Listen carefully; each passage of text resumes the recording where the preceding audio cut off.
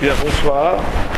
On va, Bézant Hachem, avec le Rav Kling, essayer de débattre ensemble sur un sujet très important, puisque c'est un des 10 commandements, sur la notion de témoignage, et plus précisément de faux témoignage. Et nous allons faire ce débat et cette chavruta, plutôt cet échange d'idées, d'après la Torah et d'après nos maîtres, les Chazal, Leilou Nishmat, Lydia Missa, Badrachel. Et Bézat Hachem, on va essayer d'arriver à des compréhensions de ce qui est nos sages et ce que la Torah nous enseigne. Alors, tout d'abord, on va procéder comme ça. Je pense que je vais commencer, ou vous voulez commencer comme vous voulez, et on va après chacun réagir sur les enseignements que chacun délivre à partir de l'étude qu'il a pu faire dans la journée ou dans les mois précédents. Donc, quand on parle de faux témoignages, de Edut Sheker, il y a par définition deux concepts qui sont déjà mis en branle. Un premier, celui de témoignage. Il faut se comprendre qu'est-ce que c'est le témoignage dans la Torah. Et un deuxième, celui de sheker, celui de mensonge. Et là aussi, il faut comprendre qu'est-ce que c'est que ce terme de mensonge. Et il faut bien comprendre que si la Torah a mis dans les 10 commandements qui sont la quintessence de la Torah, les Rishonim disent que dans les 10 commandements, on peut retrouver, qui ne sont pas d'ailleurs des commandements, qui sont des dvarim, qui sont des paroles, qui sont plus que des commandements. C'est pas des tzivouilles. Tzivouille, c'est un commandement extérieur. Alors que les 10 commandements, c'est charut à la luchot, al tikra charut à la cherut. C'est-à-dire que les 10 commandements représentent la liberté absolue de l'identité du peuple d'Israël. Liberté comprise comme l'identité réelle. N'est libre que celui qui est lui-même. Donc quand on dit charut à la luchot, al tikra charut à la cherut, c'est-à-dire que dans les 10 commandements, il y a le secret profond de qu'est-ce que c'est être un homme, de qu'est-ce que c'est être un juif, de qu'est-ce que c'est être Israël au sens, dans la plénitude la plus libre de l'identité d'Israël. Et quand dans un des Esser Davar, quand dans un des 10 paroles prononcées au Sinaï, il est énoncé l'interdiction de faire un faux témoignage, c'est-à-dire que bien au-delà de la morale, bien au-delà de l'interdit, ce faux témoignage représente l'essence même, en tout cas un des 10 degrés de l'essence même de ce que c'est être un homme, être un juif, être Israël. Et donc ces deux termes ne sont pas posés bien sûr par hasard, c'est que la vérité est toujours un témoignage, et témoigner c'est un événement de vérité, et c'est ça qu'il faut comprendre. En quoi, pour être juif, il nous est demandé de témoigner. Et il ne peut pas y avoir de parole, de témoignage, de parole qui ne soit pas en vérité une vraie parole, qui ne soit pas un témoignage. Toute vraie parole est un témoignage. Alors c'est quoi la Edout? La Edout, aide de quoi? La parole de vérité, contrairement au faux témoignage, c'est une parole qui est considérée comme le reflet de quelque chose qui dépasse l'événement de la parole. Je poserai cela comme presque axiome de qu'est-ce que c'est témoigner. C'est que le témoignage n'est témoignage que s'il est capable d'exprimer une parole qui formule infiniment plus que ce qu'elle dit. Vous savez que le peuple juif est comparé à la lune parce que la lune n'a pas sa propre lumière. La lune est le reflet du soleil. Donc ça veut dire que témoigner, c'est la capacité de dire une parole qui reflète infiniment plus que la capacité que j'ai de dire cette parole. Et le faux témoignage serait peut-être de ne dire qu'une parole qui ne dit que ce que je suis moi, qui ne dit que ce que je sais, qui n'est pas capable dans la parole de répercuter un horizon du sensé, un horizon de l'intelligibilité, un horizon de la vérité, qui est plus grande que ma capacité immédiate de comprendre. Vous savez que quand on étudie la Torah, toute la Torah pourrait presque, non pas se résumer, mais commencer à être réfléchie et pensée à partir de cette idée du surplus, du méod. Adam, c'est l'anagramme du mot méod. Méod, ça veut dire plus. Ça veut dire que l'homme est homme, et l'homme ne peut être homme que parce qu'il est capable de rentrer en relation avec quelqu'un qui fait éclater ses limites, qui le fait témoigner de quelque chose de plus haut, de plus grand.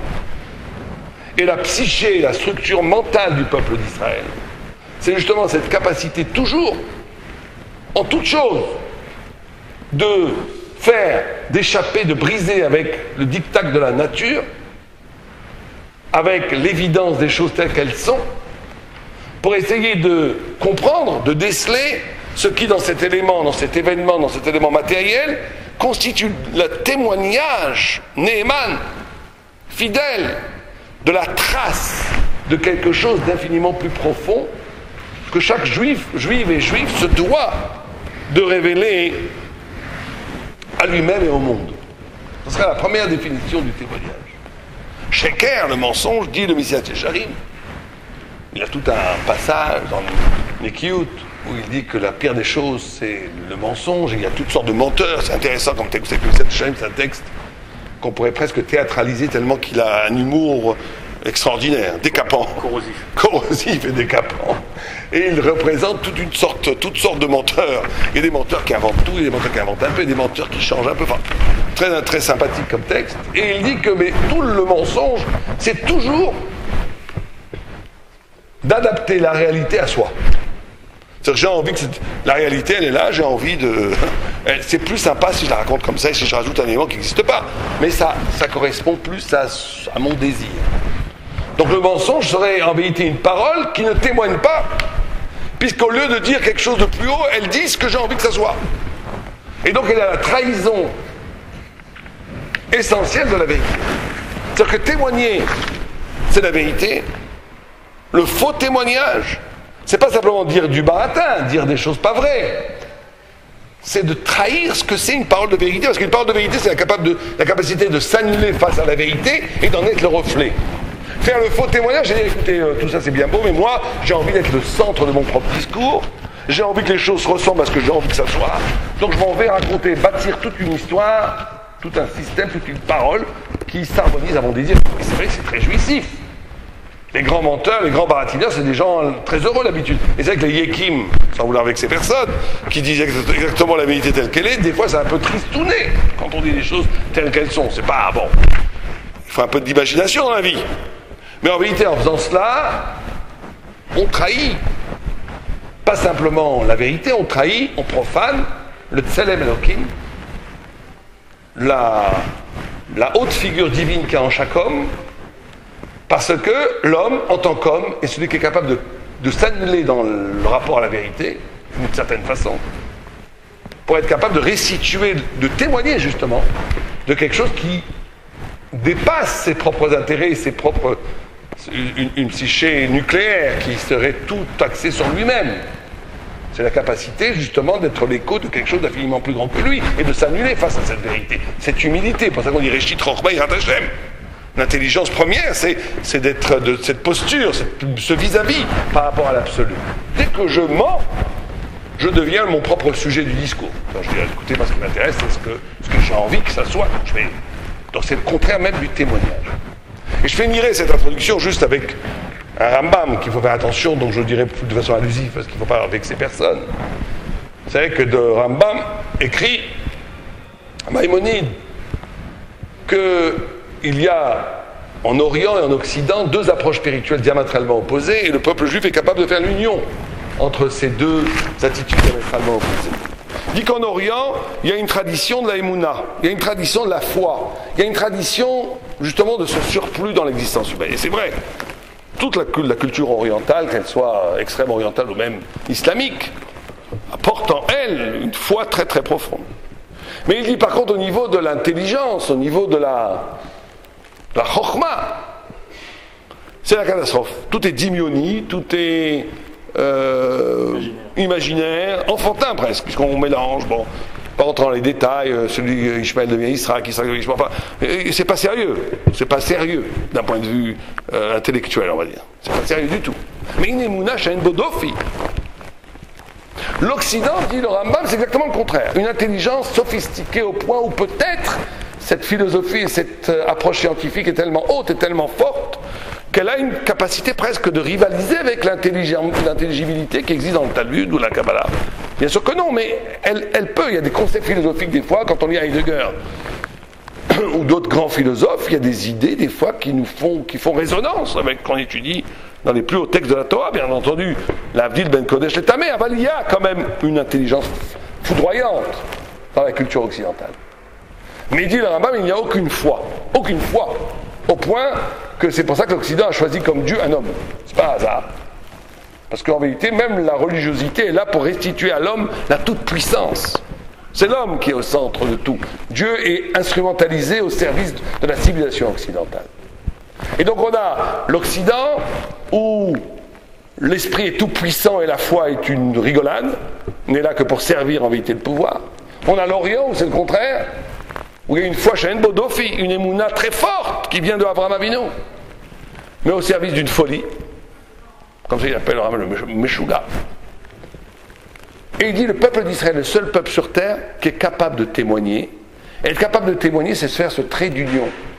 Le témoigner, c'est un acte, une faculté intellectuelle, cérébrale, cognitive, de témoigner intelligemment de la foi.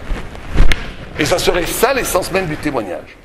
C'est-à-dire ne pas que la foi, la émouna, ne vient pas sacrifier l'intelligence, que l'intelligence ne vient pas sacrifier la émouna, mais qu'au contraire, chaque concept magnifie, chaque concept trouvé par l'étude de la Torah notamment, magnifie et vivifie la émouna qui devient une émouna intelligente. Et que la émouna, que la foi soit elle-même non pas quelque chose de fermé, mais qui ouvre la porte à toutes sortes de nouvelles idées, de concepts radicalement nouveaux, qui seraient inimaginables si on n'était que dans la sphère de l'intellectuel sec, non alimenté par la puissance poétique de la émouna.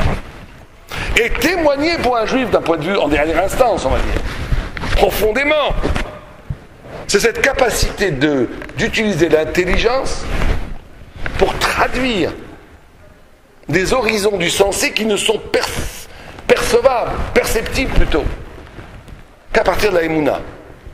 Et qu'à partir de l'exercice de la émouna et de la foi, on ouvre des champs cognitifs, des champs de pensée qui étaient inenvisageables sans cette émouna. Et ça, c'est le vrai témoignage. Parce que là, on témoigne par l'intelligence, par le discours intelligible et intelligent, d'une dimension de l'être qui est complètement cachée, sans cette épreuve de l'union entre l'intelligence et la foi qui permet le témoignage réel et absolu de la divinité sur terre, et c'est ça le rôle du juif. Donc, j'arrêterai l'introduction, je vais passer la parole à Rav Kling, et après on échangera des idées bien entendu. Bon ben écoutez, en tant que fils et descendant de Yekim, je vais essayer d'être le plus tristoulé et le moins tranquille.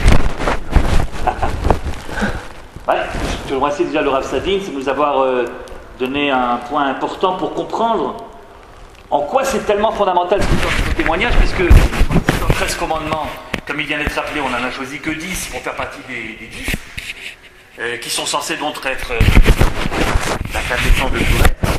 On aurait pu se poser en effet la question, en quoi est-ce que le faux témoignage est tellement essentiel qu'il mérite de faire partie de cette liste-là. Et le regard original que vient de nous donner le Rav Sadin nous permet de comprendre en effet que c'est peut-être là qu'il faut choisir pour trouver la simplicité de la foi juive. Et je vais un petit peu dans le même sens, mais peut-être en replaçant ça dans le contexte des Aseret HaDibrot, des 10 commandements eux-mêmes. J'ai l'impression que c'est un petit peu la série des 10 commandements de ce qu'on est en train de faire. Ben, ça tombera bien. Alors, comme vous le savez, donc. Il en reste qu'un. On est le 9e là, donc il en reste qu'un. C'était dans l'ordre que ça a été fait. Ah, t'as pas fait dans l'ordre. On est les derniers. On est les derniers. Personne n'a voulu du faux témoignage. Du faux témoignage, bon. Voilà. Alors, voilà, à Kol Olech Lekhasioum. Mais oui. Alors, donc c'est en effet le 9e, donc l'histoire du faux témoignage. C'est le 9e. Et alors, comme vous le savez, il y a une possibilité de lire les 10 commandements à l'horizontale également, et pas seulement à la verticale comme on le fait d'habitude. Bon, c'est Rashi qui développe l'idée dans un commentaire de Shir HaShirim. Il nous dit, c'est pas pour rien qu'il y en a 5 ici et 5 là. Si vous voulez coller les deux tables, ça fait également des lignes, 5 lignes. Et de chacune de ces 5 lignes, on peut apprendre énormément de choses. Je ne ferai pas toute la dissertation que fait Rashi là-bas, qui est très intéressante. Mais juste en ce qui nous concerne. Donc par exemple, mon Dieu, pas de tu ne tueras pas. Évidemment, là c'est facile. On ne tue pas parce que chez nous, si on ne tue pas, c'est parce que en tuant, on enlève une partie de la divinité qu'il y a dans le monde. Puisque nous sommes tous porteurs de divinité, donc Tselem Elohim. Et donc quand tu tues quelqu'un, comment dit Rashi là-bas, tu fais tomber un petit peu de l'intensité divine qu'il y a dans le monde entier. Et c'est la raison pour laquelle l'un se trouve en face de l'autre. Parce qu'on aurait pu croire en effet que si on ne tue pas, c'est parce que, imaginez une société, on avait le droit de tuer. C'est une société qui s'autodétruit, bien sûr. Alors par égoïsme, simplement, la société aurait donc interdit le meurtre, parce que si le meurtre est autorisé, je ne peux pas faire une affaire avec vous, je ne peux pas m'associer à vous, puisque demain vous pouvez me tuer, ou moi je peux vous tuer, donc il n'y a rien qui est possible. Et donc simplement pour s'autoprotéger, la société aurait interdit le meurtre. C'est possible. C'est d'ailleurs le cas en général dans la plupart de nos sociétés. Mais chez les Juifs, non. Chez les Juifs, si c'est interdit de tuer, l'otir tsar, c'est parce qu'en face, c'est un Anochi Hashem Elokecha, c'est parce qu'il y a quelque chose de profondément anti-divin dans le fait d'enlever un petit peu de divinité qu'il y a dans le monde en tuant quelqu'un d'autre. Voyez. Donc c'est un petit peu les 5 enseignements, donc ligne après ligne, que nous fait Rashi là-bas dans ce fameux commentaire sur Shir HaShirim. Et bien quand il arrive à la 9e, évidemment il regarde ce qui se passe en face, et en face, donc c'est le 4e en face. Et le 4e, c'est quoi? Ah ouais, d'accord. C'est le Shabbat, bien sûr. Et le 4e, c'est le Shabbat. Donc le Shabbat se trouve en face de l'interdiction du faux témoignage. Et Rashi dira, c'est parce que tout celui qui respecte le Shabbat accomplit un véritable témoignage, un témoignage d'authenticité, alors que celui qui le transgresse commettrait un faux témoignage, puisque c'est comme s'il témoignait que Dieu n'a pas créé le monde. Voilà ce que dit Rashi. En disant cela, Rashi, tout simplement, reprend une idée très très connue concernant le Shabbat, que le Shabbat, c'est pas seulement la volonté que nous avons de calquer notre attitude sur celle de Dieu, mais c'est carrément de venir témoigner que Dieu a créé le monde. Le Shabbat est considéré comme un témoignage. Sauf que si les mots ont un sens, c'est dur de dire que quelqu'un peut témoigner de la création du monde, puisque par définition, au moment où le monde a été créé, il n'y avait personne pour en témoigner. Témoigner, ça veut dire être présent, voir quelque chose, et ensuite en faire part à ceux qui n'étaient pas là. Mais si personne n'était là, si au début il y avait Tohu Vavo, c'est très compliqué de témoigner de la création du monde. Alors, faire le Shabbat, c'est témoigner. Non, tu n'avais qu'à dire faire le Shabbat, c'est avoir la foi que Dieu a créé le monde, avoir la Emouna. Il y a plusieurs théories, comment se fait-il que le monde existe? Il y a toutes sortes de théories, plus ou moins scientifiques. Eh bien, le judaïsme, il dit, moi j'en ai une autre de théorie, si le monde est là, c'est que Dieu l'a créé. Et les juifs sont là pour faire connaître cette théorie au monde entier. Mais il ne dit pas que c'est un témoignage, il dit que c'est une manière de voir les choses. Mais pourquoi un témoignage? Et il faut bien comprendre que lier le Shabbat au véritable témoignage, c'est quelque chose qui est entré même dans la halakha.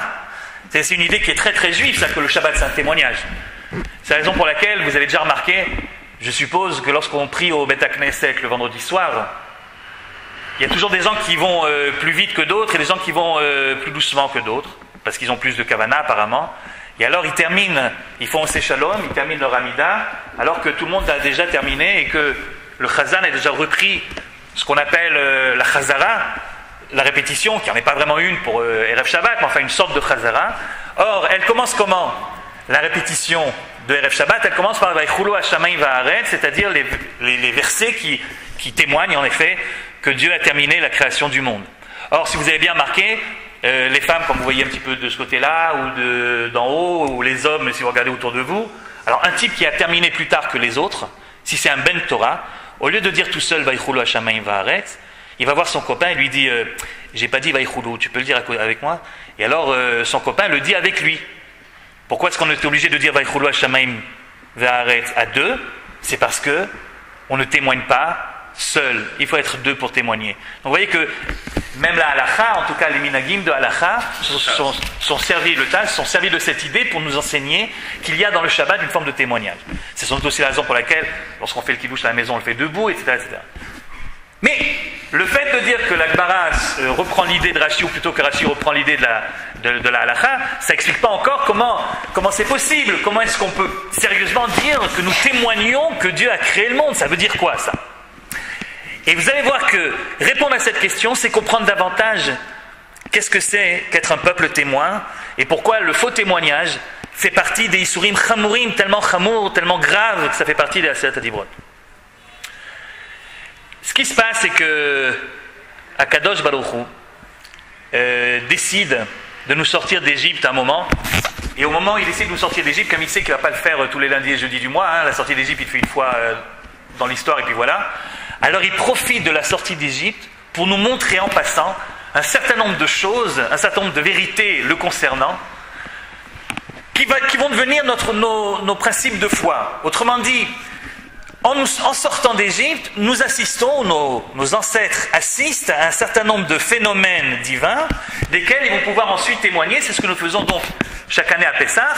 Et en racontant le récit, on témoigne, ou plutôt on transmet le témoignage que nous avons reçu de nos pères à la génération qui suit.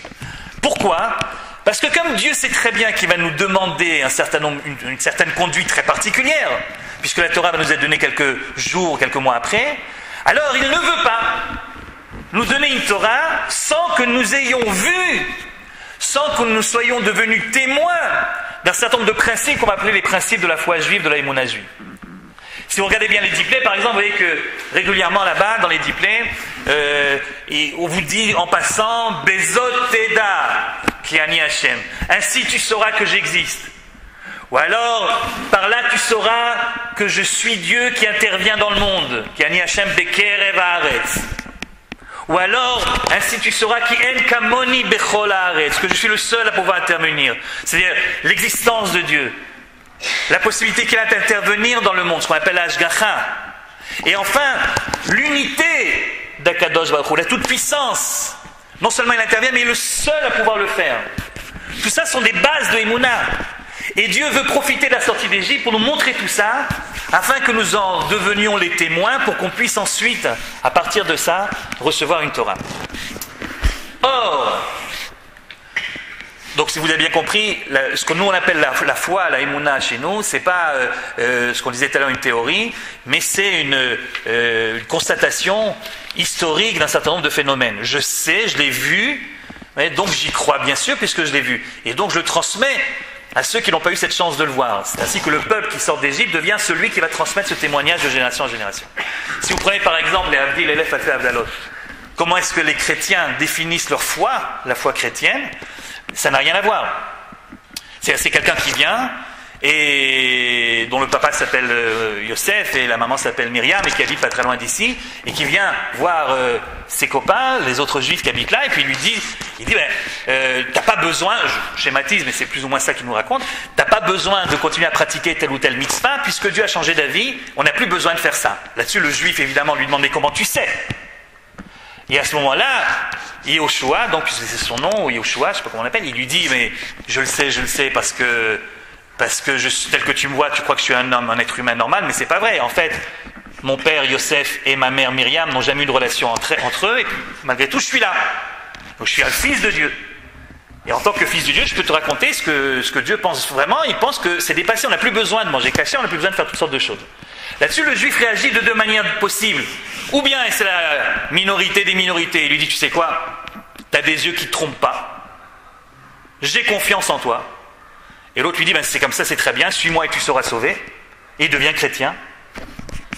Ou bien, il dit, c'est ce que la majorité de nos ancêtres ont répondu, écoute, comment te dire, ce qui s'est passé dans la chambre à coucher de tes parents, j'y étais pas, toi non plus d'ailleurs, donc jusqu'à preuve du contraire, je continue à faire ma Torah telle que je l'ai enseignée, et je ne te suis pas. Donc ce qu'on appelle la Emouna chez un chrétien, c'est pas une connaissance historique de quelque chose, c'est ce qu'on appellerait aujourd'hui en hébreu moderne un imoun. T'as confiance dans le bonhomme ou t'as pas confiance dans le bonhomme? Moshe Rabbeinu, les Avdil, n'a jamais dit voilà ce qu'il faut que vous croyez. Mais si vous prenez le livre de Devarim sans arrêt, c'est le refrain qui revient tout le temps là-bas. Ainechem aroot, atem shmaatem, vous avez vu, vous avez entendu. Donc être juif, c'est témoigner de quelque chose et puis de transmettre ce témoignage de génération en génération. Seulement voilà, et je terminerai là, pour le Shabbat, pour la création du monde, Dieu a un grand problème. Comment faire croire au peuple juif, mais d'une émouna juive, pas d'une émouna chrétienne, que Dieu a créé le monde? Comment lui faire prendre conscience qu'il a créé le monde alors qu'on ne peut pas en être témoin par définition, puisque le monde existe déjà? Et alors, imaginez le bon Dieu qui réfléchit, puis à un moment il se dit, j'ai trouvé, je vais prendre, si vous voulez, ce qui caractérise la création du monde, ce ce qui différencie la création du monde par rapport à toutes les autres créations que nous faisons, parce que nous aussi on crée des choses, seulement, comme vous le savez, il y a une grande différence essentielle entre la création du monde et ce que nous créons. Quand Dieu crée, il crée à partir de rien, alors que nous créons toujours à partir de quelque chose. Et ensuite, quand il crée par la parole, alors que nous on a l'habitude de créer avec les mains. Eh bien, je vais reprendre ces deux principes-là, qui sont les principes caractéristiques de la création du monde, et je vais leur faire une création du monde miniature. Je ne peux pas refaire une création du monde, évidemment, entière, mais je fais une création du monde miniature. Et donc, chaque jour, pendant 40 ans, Dieu crée une nouvelle création, à partir de rien du tout. Cette créature tombe 6 jours de la semaine et s'arrête le 7e, et c'est ainsi que le peuple devient témoin que Dieu est créateur. Parce que si Dieu peut créer la manne, puisque c'est de ça évidemment dont je parle, alors quelle différence entre la petite manne et le grand univers, si ce n'est une différence uniquement de quantité et non plus de qualité. Et donc le peuple devient témoin que Dieu crée, non seulement qu'il existe, non seulement qu'il intervient dans le monde, mais qu'il est créateur, et du coup le Shabbat devient un véritable témoignage. Ce qui fait dire à Rashi, si vous respectez le Shabbat, vous témoignez que le monde a été créé, que Dieu est créateur, et si vous ne le faites pas, vous faites un faux témoignage. Et je pense que la raison pour laquelle le faux témoignage fait partie des Aseret Adibrot, c'est parce que, dans le fond, le peuple juif, dans son ensemble, est le peuple témoin. Et que le but d'Israël, c'est pas d'apprendre au monde une nouvelle théorie possible sur les origines du monde, ou bien même sur les valeurs morales à respecter, une théorie qu'on peut ou pas accepter, mais de se présenter en tant que peuple témoin et de dire, voilà, moi je sais, pas je crois, je sais parce que je l'ai vu. Et voilà ce que j'ai vu 1, 2, 3, 4, 5, et c'est pour ça que je suis là pour vous le transmettre. Refuser la fonction que nous avons en tant que juifs d'être le peuple témoin, faire un faux témoignage, c'est donc porter atteinte à ce qui fait l'essence même d'Israël, et c'est sans doute pour ça que ça fait partie des 10 commandements. Alors, comme on a dit, je vais un petit peu rebondir sur ce que c'est-à-dire deux choses avant d'aborder un autre aspect du faux témoignage. C'est très intéressant de ce que vous dites parce qu'elle me renvoie à 2 commentaires que j'avais lus dans le Ramban, en Ahmadid. Parashat Bo. Oui, dans Parashat Bo. Un, c'est tout à fait extraordinaire, d'un point de vue historique, quand on parle de l'histoire. Extraordinaire, c'est un phénomène qui n'est pas étudié tellement dans les universités. Et c'est pas, d'après moi, c'est pas du tout innocent, parce que les gens qui étudieraient ce sujet feraient se convertir en masse au judaïsme. C'est que on n'a jamais vu dans toute l'histoire de l'humanité, un peuple qui a autant modifié l'identité de toute l'humanité. Enlever le judaïsme de l'histoire de l'humanité, enlever le judaïsme, si on est un peu honnête, on enlève l'histoire de l'humanité, je dis, le judaïsme, on a une humanité qui sera différente pour chacun des 6 milliards d'habitants d'aujourd'hui et pour les milliards d'habitants qui ont déjà succombé dans l'histoire. Il n'y a pas de judaïsme, il n'y a pas de christianisme. Donc c'est toute l'histoire de l'Occident qu'on est complètement modifié. Il n'y a pas non plus d'islam, parce que l'islam vient directement du Tanakh. Et bon, il y a des recherches où même des croyances extrême-orientales, comme le brahmisme, qui était la source de l'hindouisme et du bouddhisme, qui est bien plus ancien, viendraient des cadeaux qu'Abraham a fait à ses 6 enfants qu'il a envoyés à l'Est. C'est pour ça que ça s'appelle le brahmisme, ça vient de Abraham, et que la déesse, que je ne veux pas prononcer son nom, c'est une déviation de Sarah. Il faut rajouter un yud à la fin, et tout le monde connaît cette déesse. C'est une déesse idolâtre, mais qui vient de Sarah. Et donc, le monde entier. Et donc, on voit que... Et d'un autre côté, ce qui est extraordinaire, c'est que le judaïsme est la religion la moins connue dans toutes les revues. Donc, quand vous voyez des gens qui font des revues sur l'hindouisme, sur des choses qui sont dites, qui font demander, qui sont censées, alors que vous avez une sorte de méconnaissance radicale, presque ontologique, presque essentielle.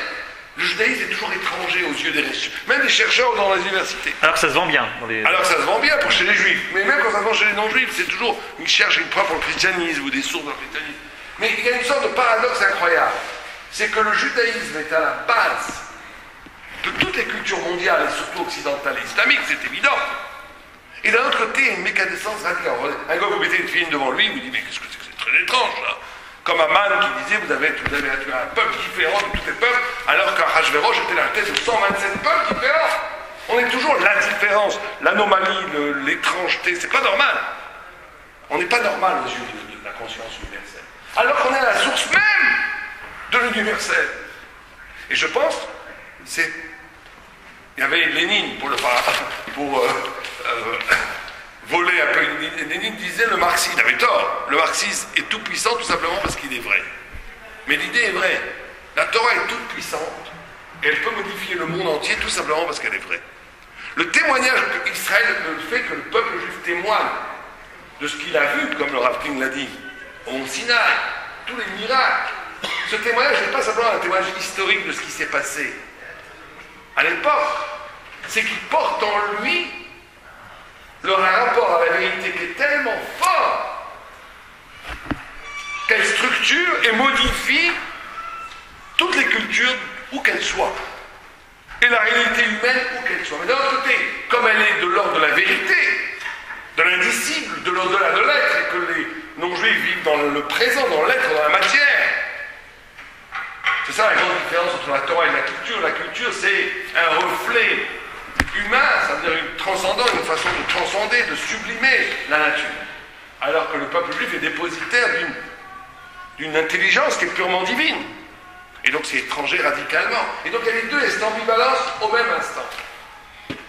Le même Rambam dit aussi qu'il rapporte ce que Rav King a dit, en disant que la différence entre la foi juive et les autres foi, c'est que la foi juive, on a vu. On a vu. C'est Kling qui rapporte ce que le Ramban a dit plutôt. Oui, alors qu'il rapporte ce que le Ramban a dit, mais c'est jamais fait un Gilgul précédent. Et donc. M'étonnerait. Oui, il pose une question. Il dit très bien, ça c'est vrai pour nos ancêtres. Ils ont vu. Mais les enfants, ils n'ont pas vu. Nous, on n'a pas vu. Donc comment est-ce qu'on peut...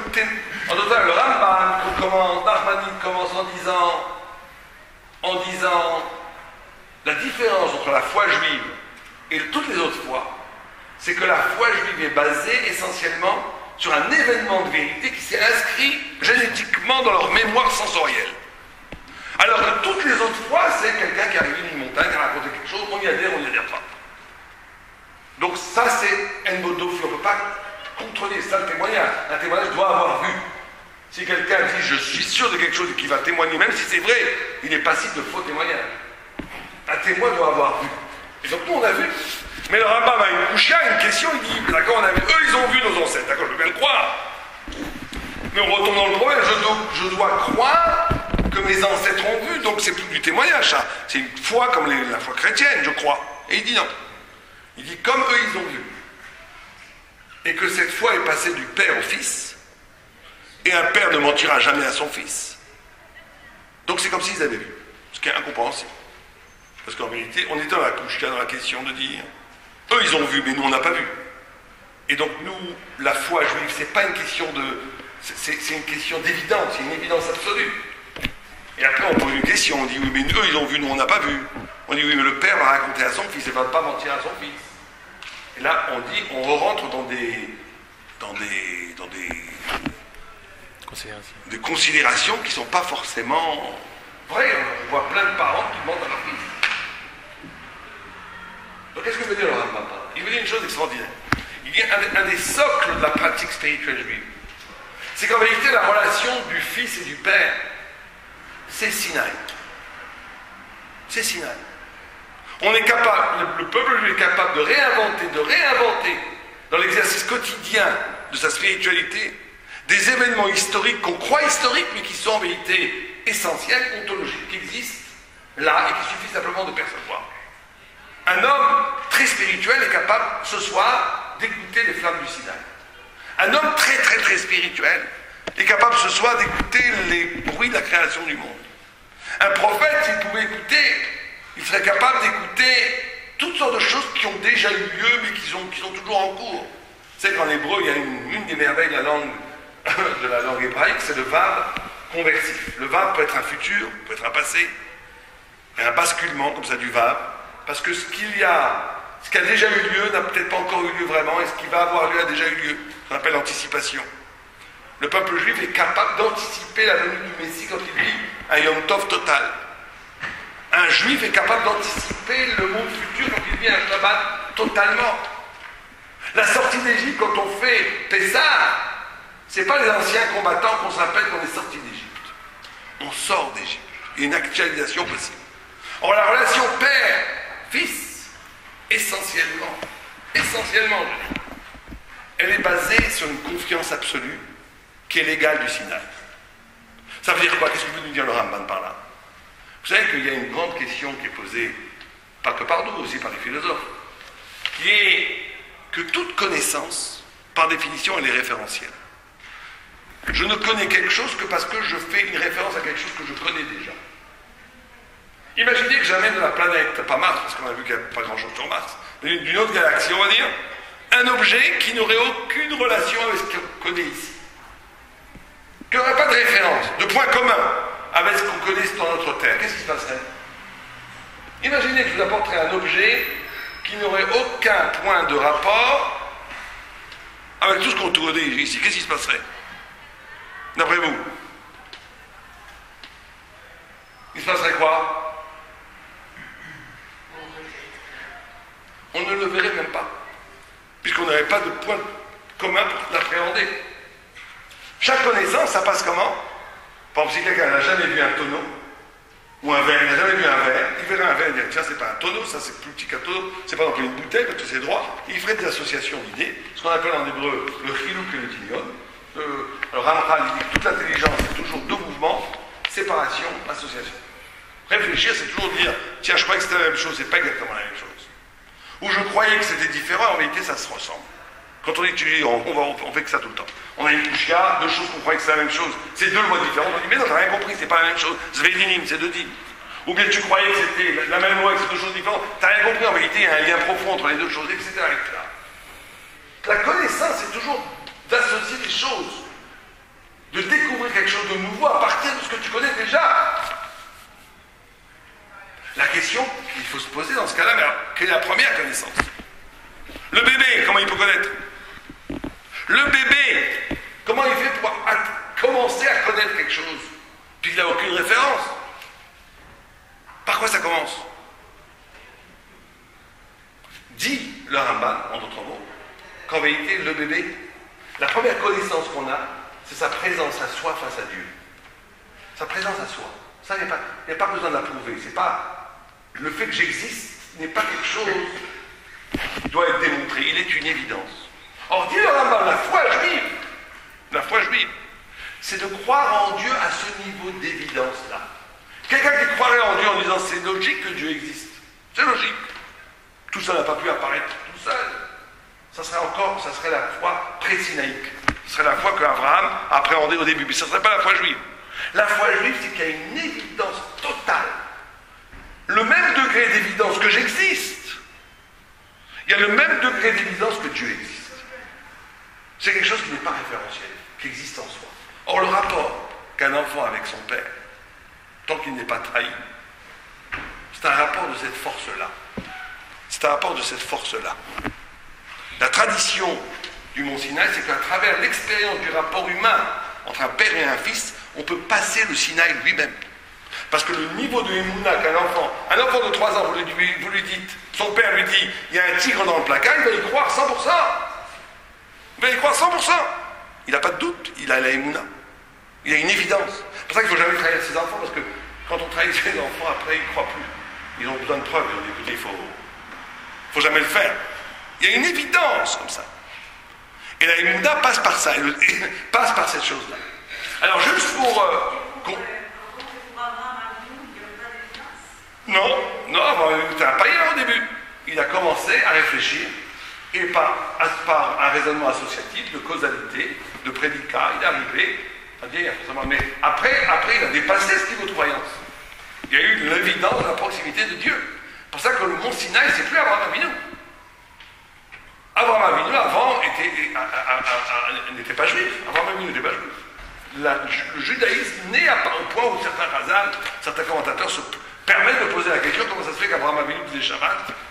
Un non-juif n'a pas le droit de faire Shabbat. Bon, c'est pas des vraies questions parce qu'en réalité, ils ont bâti l'identité juive de façon singulière. Donc à cette époque-là, il n'y avait pas cette loi-là qu'un non-juif n'a pas le droit de faire Shabbat. Une autre facette de le Sforno sur le 9e commandement dit que le faux témoignage, c'est pas simplement témoigner. C'est tout. Kol haoler achil ve'omer le lachon hara. Tout celui qui dit du lachon hara. Et là, Sheikha et Doutchege, Iru Babezi, car il dit dans le Beddi. C'est-à-dire que là, on touche aussi à une question fondamentale, qui est la question de la parole. Vous savez qu'il y a une chose de très curieuse. Quand on ouvre le Talmud, ça va peut-être choquer certaines personnes, mais c'est comme ça. C'est la vérité talmudique. Si je vous demandais, est-ce que vous préférez passer la soirée avec un prix Nobel de littérature, qui ne croit pas en Dieu, ou avec quelqu'un qui a tué 3 grands-mères à coups de hache? Voilà, la réponse est claire, vous préférez quand même le gars, le prix Nobel, c'est sympathique. Or, il y a une hiérarchie dans le Talmud sur les fautes les plus graves. Il y a, vous savez que dans la Kabbalah, on a ce qu'on appelle Naran. Naran, ça veut dire Neshama, roi, Nefesh. Neshama, c'est au niveau de la pensée. Plutôt la pensée, l'expression de cette... La pensée réelle, la pensée, c'est pas parler en silence. La pensée, c'est la capacité de capter des concepts qui contiennent une puissance infinie. C'est ça, vraiment, penser. Ça, c'est le siège de la pensée, c'est la Neshama, c'est l'âme. Après, on a le roi. Roi, un homme est connu sur le roi, comment il parle, c'est la parole. Et après, plus bas, on a le Nefesh, qui est l'énergie spirituelle qui me permet de faire des actes. Donc on a pensée, parole, acte. Or, quelque chose de tout à fait singulier, c'est que la Torah ne prescrit des onachim, des punitions, que au niveau du Nefesh, au niveau des actes. Même la Shonara qui est interdite, même le faux témoignage, qui est dans les 10 commandements, la Gemara dans Sanhedrin d'Afrique dit on n'est pas passible de punition, parce que c'est là chez Enbo Maaseh. Il y a un grand principe que là, chez Enbo Maaseh, un interdit qui n'a pas d'action, qui n'est pas un acte, le Beddin ne s'en mêle pas. Le Beddin ne s'en mêle pas. On le frappe pas, on ne lui fait rien.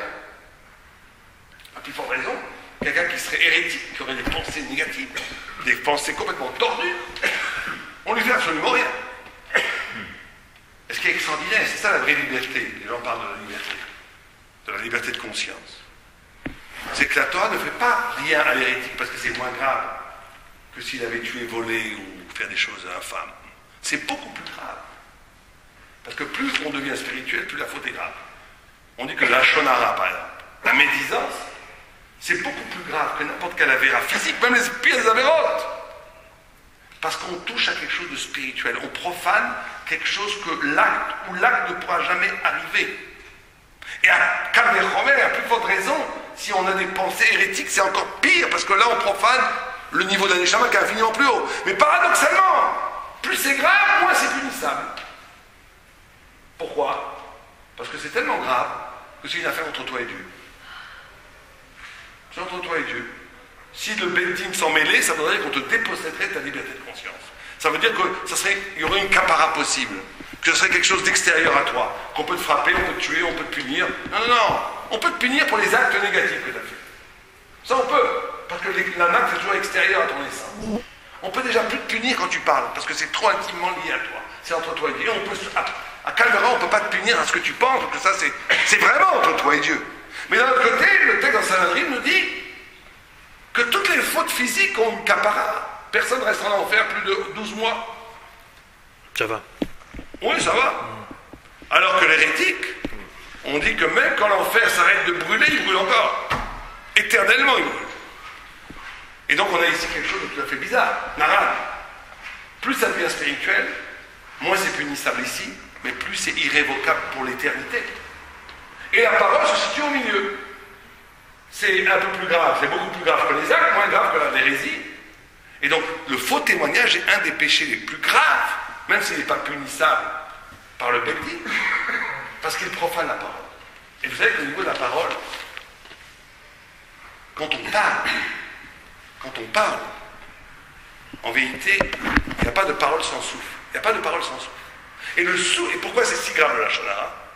Parce que le souffle est la prolongation du souffle de Dieu qui a créé mon âme. C'est que quand Dieu a créé, a soufflé l'âme dans l'homme, dit le Targum, Ruach mais Malela, l'âme qui permet la parole, c'est l'âme parlante. L'âme parlante que Dieu a mis en nous. C'est-à-dire que chaque fois que je parle, en deçà de ma parole, il y a le souffle de Dieu qui fait que je parle. D'où l'extraordinaire gravité de la médisance, du lachon hara ou du faux témoignage. C'est parce que quand je fais un acte physique négatif, je vole, c'est pas bien du tout, mais c'est mon corps qui l'a fait, c'est très loin de Dieu. Donc, quand j'ai du lachon hara ou du faux témoignage, j'utilise le souffle divin pour faire le mal, c'est une profanation pratiquement insurmontable, pratiquement irréparable. Et à plus forte raison par la pensée quand j'utilise l'âme, qui est la lumière divine qui est en moi, pour avoir des pensées tordues. Et donc il y a cette idée, et je finirai juste avec ça avant de laisser un peu Rav King. Vous savez que on apprend une des deux sources du lachon hara, c'est les miraglim, c'est les explorateurs qui sont arrivés en Israël. Et c'est extraordinaire de voir cette idée-là. On dit que le grand drame des miraglim, le grand drame qu'il y a eu chez les miraglim, c'est qu'il était censé avoir dans l'histoire du peuple juif 3 grands moments qui sont la pierre angulaire de l'univers spirituel, qui s'appellent libération, révélation, rédemption. On va le dire en hébreu, on va dire Yetziat Mitzrayim, on va dire s'arracher à de la matière, Gilou Hashem, et la Géoula totale à la fin en Israël.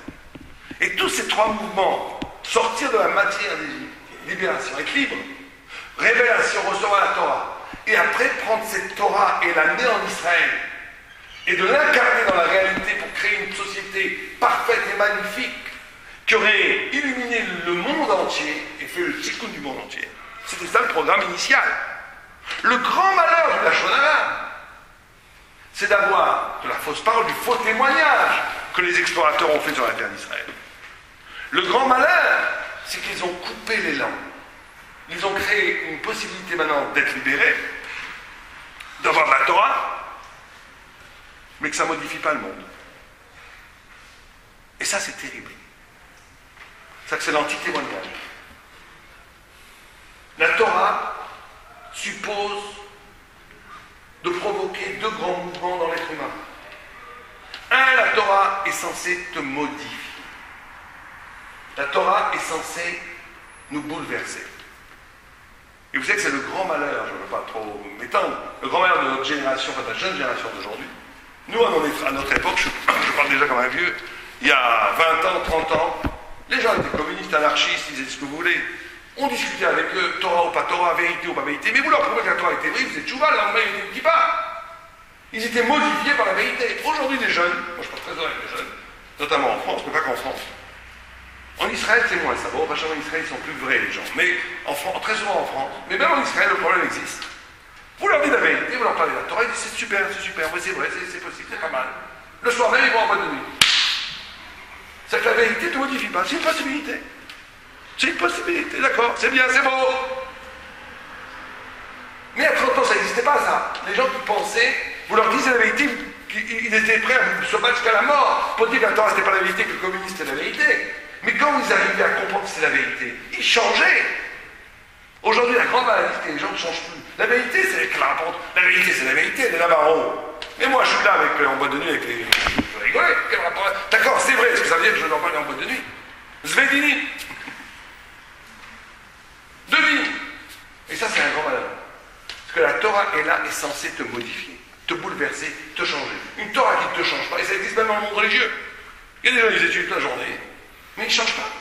Ça ne les bouleverse pas, ils ne bougent pas. Ils restent des bourgeois dans le monde de la Torah. Il n'y a rien de pire. Ça, c'est le premier mouvement. Le deuxième mouvement, c'est qu'une fois que tu es bouleversé, modifié par la Torah, tu dois utiliser cette Torah pour changer le monde. Pour faire changer les choses. Tu ne peux pas étudier la Torah en spectateur. Témoigner, c'est construire un monde meilleur à partir de ce que tu as étudié. Et ça, le lachon hara, le faux témoignage, le brise. Je sors d'Égypte, je reçois la Torah, je dis du lachon hara pour m'empêcher. Je fais un monde faux pour m'empêcher de bâtir dans le monde, à partir de l'enseignement de la Torah, la vérité qui doit s'incarner dans le réel. Et c'est ça l'extraordinaire péché des Meraglim, et ça se reconduit en nous chaque jour, quotidiennement. Quand je peux avoir des convictions, des idées et une adhésion totale au principe de la Torah, mais que quand il s'agit après de les incarner, de les assumer jusqu'au bout, non, là c'est trop difficile, non, là j'invente des excuses, j'invente un faux témoignage, pour que cette Torah ne soit pas génératrice d'un bouleversement du monde. Et le plus vrai faux témoignage, c'est peut-être celui-là. Bon, alors, ah, on change le... Ah ouais. C'est qui parle? C'est moi? Non, c'est vous. Je parle en anglais, moi, là? Speak English very well, I'm sure. Non, je crois que c'est lui. Ah, c'est lui. C'est lui. Ah, c'est moi? C'est lui, c'est vous, c'est toi. C'était parce que c'était lui, vous savez que c'est parce que c'était lui, parce que c'était moi. Oui, d'accord. Et ça nous rajeunit pas. Non. Ouais. Ah oui, c'était bon. Alors on y va, oui. Donc, je remercie le Rav Sadin d'avoir recentré le problème. Donc on a commencé avec le témoignage, le peuple témoignage, ce que le témoignage représentait au niveau de la Emouna, etc. Et puis là, grâce à l'intervention du Rav Sadin, on a focalisé le problème sur la parole, l'importance de la parole, et évidemment on est au centre du sujet. Ça m'embête à chaque fois que je remercie le Rav Sadin, après quand lui il parle, il dit je remercie Kling, parce que la vérité c'est que c'est pas un débat, quoi. La prochaine fois il faut nous réinviter pour parler du sionisme, ou à la rigueur de l'armée, la yeshiva, enfin des trucs comme ça. Mais là franchement tout le monde est d'accord. Vous voulez avoir 100 personnes prochain débat, Lapid, Bennett. Voilà, exactement. Pour ou contre. Comment il s'appelle, j'ai oublié Ah, moi aussi j'ai oublié celui-là. le Haridi. Gafni. Voilà, Gafni. Bon, bref, on va donc reparler de la parole. On va parler de ça si ça vous amuse maintenant. C'est aussi on parle de témoignage, de sionisme ou pas. Il a dit non. Non, mais moi je peux enchaîner, même rebondir sur ce que vous venez de dire, hein, si vous voulez. Bah oui, c'est-à-dire. Bon, laisse tomber. Ne vous fourvoyez pas. Ouais, non, non. Quand même. Ouais, non, voilà, laissons tomber. Ouais. Bien, alors je disais, à propos de la pensée, la parole et l'acte, je ferai simplement remarquer ce que vous avez certainement déjà remarqué vous-même dans l'agencement des 10 paroles, divisé donc 5 d'un côté, 5 de l'autre, et si on a envie de les classer suivant cette grille de classement, c'est-à-dire la parole, la pensée et l'acte, on s'aperçoit de la chose suivante. Si vous prenez la première table, celle qui est censée régir les relations entre l'homme et son créateur, et l'homme et Dieu, alors ça commence par une mitzvah, si c'en est une, qui est une mitzvah liée à la pensée, bien sûr. Anochi Hashem Elokecha, si c'est une mitzvah, je suis l'Éternel ton Dieu, la mitzvah consiste à croire. Je sais bien que tout le monde n'est pas d'accord que c'est une mitzvah, mais certains, et non des moindres, pensent que c'en est une. En tout cas, si c'en est une, la mitzvah consiste à avoir conscience de l'existence d'un Dieu. Et donc, c'est véritablement quelque chose qui dépend de la pensée. Ensuite, Lo yelecha Elohim acherim al panai, le deuxième, tu n'auras pas d'autre divinité que moi. Dans le fond, dans l'absolu, dans l'essence même de cette mitzvah, c'est aussi de la pensée. Je sais bien qu'il y a des conséquences très rapidement qui sont des conséquences pratiques, puisque tu n'auras pas d'autre Dieu que moi, donc tu ne te prosterneras pas devant eux, par exemple. Mais dans l'essence même de la définition de la mitzvah, tu n'auras pas d'autre source d'autorité absolue que moi-même. C'est encore une mitzvah qui dépend de la pensée.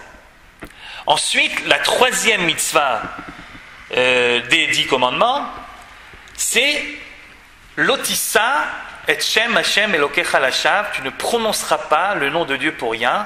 Voilà donc la première mitzvah des 10 qui, elle, s'adresse à la parole.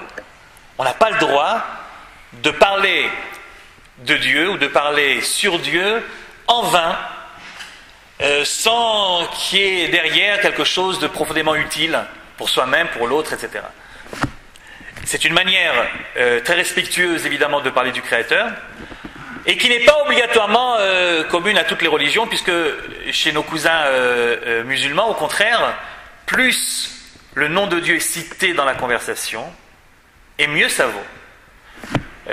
À tel point qu'il y a même un certain nombre d'expressions arabes que nous avons introduites dans l'ivrite, et je ne suis pas persuadé qu'on fait bien. les Ya'Allah ou les Inch'Allah ou les etc. Parce que pour un musulman, au contraire, c'est une bonne chose. Et pour nous, il faut mieux garder cette référence au divin dans les cas où on en a vraiment besoin. L'otissa et Shem Hashem Elokecha Lashav, réserver sa parole uniquement à bon escient. Et ensuite, nous avons deux mitzvot qui sont des mitzvot qui sont relatives à l'action, à ce que le Rav Sadi appelait donc le nefesh. Il y a le Shabbat et il y a le respect des parents. Ces deux mitzvot-là ont bien entendu également des répercussions dans d'autres domaines. Le Shabbat, par exemple, il y a des choses à dire, des choses à pas dire, des choses à penser, des choses à pas penser. Mais enfin, dans l'essence même du Shabbat, nous sommes bien d'accord qu'il s'agit d'un certain nombre de choses à faire et surtout à ne pas faire. Et c'est ça qui fait que le Shabbat est le Shabbat. Donc c'est d'abord une question d'engagement pratique. La même chose pour le respect des parents, que le terme kaved ne nous trompe pas, ne nous induise pas en erreur. Il ne s'agit pas de respecter dans son cœur ses parents, il s'agit, ouvrez n'importe quel livre de halakha, il s'agit de faire un certain nombre de choses vis-à-vis de ses parents, d'avoir des actions très particulières vis-à-vis d'elles, et c'est comme ça qu'on peut respecter ses parents. Si je les respecte dans mon cœur, mais je ne suis pas à côté pour faire les actions que je suis censé faire à leur égard, et je ne peux pas faire la mitzvah. C'est la raison pour laquelle notre ancêtre Yaakov, qui certainement respectait énormément ses parents, quel que soit l'endroit où il se trouvait, lorsqu'il était loin d'eux, et il a eu peur en revenant que Esav, lui, il a pu pratiquer la mitzvah, alors que lui, Yaakov, n'a pas pu la pratiquer. C'est-à-dire que la mitzvah du respect des parents, c'est une mitzvah d'abord pratique, même si elle aussi a des répercussions ensuite également sur la pensée et sur la parole. Donc si je résume, dans la première table, celle des mitzvot entre l'homme et Dieu, l'ordre est le suivant: pensée, pensée, parole, acte, acte. Et si vous regardez l'autre table, on s'aperçoit que c'est le contraire. Ça commence par 3 mitzvot qui s'adressent toutes les 3 à l'action. Ne tue pas, ne commets pas d'adultère et ne vole pas. Ensuite seulement, celle qui nous intéresse ce soir, ne commets pas de faux témoignages, qui est évidemment une mitzvah qui parle du langage. Respecter son langage et ne pas l'utiliser n'importe comment, ne pas l'utiliser pour faire du tort à son prochain. Et enfin, l'otachmod, ne pas envier, ne pas vouloir ce que l'autre a, ne pas convoiter, ce qui est évidemment quelque chose qui a trait à la pensée. Et donc c'est intéressant de constater que l'ordre est inversé lorsqu'on change de table. La raison pour laquelle l'ordre est inversé lorsqu'on change de table, elle est assez évidente également. Lorsqu'il s'agit des mitzvot ben Adam, la makom, et lorsqu'il s'agit de choses qui traitent des relations entre l'homme et Dieu, on commence évidemment dans l'ordre logique, c'est-à-dire l'essentiel d'abord, savoir pouvoir conceptualiser la divinité par rapport à nous, ce qu'elle représente pour nous. Une fois que je l'ai compris, alors on peut me demander également de m'exprimer d'une certaine manière à son égard, et enfin on me demandera de faire un certain nombre d'actes. Mais l'ordre est logique. Ça passe d'abord par la marshava, ensuite par le dibour, et ensuite par le maasé. C'est l'ordre qu'on disait tout à l'heure, du neshama, après ruach, après seulement nefesh. Qu'est-ce qui se passe dans l'autre table, celle qui gère les relations entre l'homme et son prochain? Pourquoi là-bas, l'ordre est inversé? Parce que là-bas aussi, normalement, ça devrait suivre l'ordre logique. Sauf que là-bas, il y a, si vous voulez, une notion supplémentaire qu'il n'y avait pas dans la première table. Là-bas, il y a l'autre. Et l'autre, il faut le protéger d'abord. Il y a urgence. Il y a urgence. Et lorsqu'il y a urgence, alors l'ordre logique n'est plus tellement important. C'est d'abord ne pas porter atteinte à l'autre au niveau physique. D'ailleurs, vous remarquez que dans les 3 premières, qui sont toutes les 3 des mitzvot qui ont trait à l'acte, il y a évidemment une progression. Ne lui prends pas sa vie, d'abord et avant tout. C'est le pire de ce que tu peux faire. Si jamais tu lui prends sa vie, tu n'as plus grand chose à faire après pour réparer ça, si ce n'est faire Kaddish sur sa tombe, mais je ne sais pas dans quelle mesure ça l'arrange post-mortem. C'est-à-dire, il y a d'abord la protection de la vie qui est le plus important. Ensuite, protection de son intimité. Alors, ce n'est pas exactement sa vie, mais presque. Donc, l'interdiction d'adultère. Et ensuite seulement, l'otignov, ne pas lui prendre quelque chose, c'est-à-dire, ce n'est pas vraiment sa vie, c'est pas vraiment son intimité, c'est quelque chose qui est déjà extérieur à lui, mais ça aussi c'est interdit. Donc dans les 3, il s'agit évidemment d'actes, du pire au moins pire, mais c'est des actes qui servent à protéger d'abord autrui. Une fois que tu t'es habitué à cela, je peux te demander également de faire attention, de maîtriser aussi ton langage. Parce que maîtriser son langage, c'est bien plus important que de maîtriser ses actes, mais c'est bien plus important pour toi-même. Mais pour l'autre, le fait que tu ne comprennes pas vraiment jusqu'au bout pourquoi est-ce que tu dois le protéger, c'est pas le problème. Protège-le d'abord, que tu comprennes ou pas. Il y a urgence à le protéger. Après, une fois que tu as compris ça, je peux te demander également de maîtriser ton langage, et enfin seulement, je peux te demander également de maîtriser ta pensée vis-à-vis d'autrui, même si, et là je rejoins absolument le Rav Sadin, même si finalement c'est le plus important. Le lot Ahmad, c'est évidemment le plus important. Mais je ne peux pas attendre, que tu aies bien compris le lot Ahmad avant de te demander d'en tirer les conséquences qui s'imposent. Puisque tu ne convoites pas, donc tu ne lui diras pas de mal de lui, et donc tu ne lui prendras pas sa femme, ni ses biens, etc. Non, d'abord tu ne lui prends rien. D'abord tu le respectes. C'est pour ça que l'ordre est inversé dans les relations entre l'homme et son prochain, mais ça n'empêche pas en effet que lorsqu'on parle de parole, on atteint quelque chose de beaucoup plus essentiel que lorsqu'on était dans le domaine uniquement de l'acte, qui reste quelque chose d'extérieur à nous-mêmes. Et puisque c'est de parole qu'on parle, eh bien, il est bon de constater quand même que cette interdiction du mensonge, et en particulier du faux témoignage, alors évidemment, le mensonge par excellence, c'est le mensonge officiel, le mensonge juridique. Tu vas au tribunal et tu dis des choses qui ne sont pas vraies sur autrui. Ça, c'est le faux témoignage. C'est ça qui est interdit dans les 10 commandements. Mais, à un degré peut-être moins élevé au niveau pénal, vous avez évidemment le mensonge stam. C'est-à-dire raconter des choses qui n'existent pas pour le plaisir de vivre dans cette fantaisie qui est en effet toujours un peu plus intéressante que la réalité, parfois un petit peu tristounette ou parfois morose. Et donc on te demande également de ne pas mentir. Mais là, remarquez bien comment est-ce que le texte de la Torah s'exprime. L'interdiction du mensonge ne ressemble pas aux autres, au niveau du style, ne ressemble pas aux autres interdits. On te dira, midvar sheker tirchak. Éloigne-toi de la parole mensongère. Éloigne-toi le plus possible.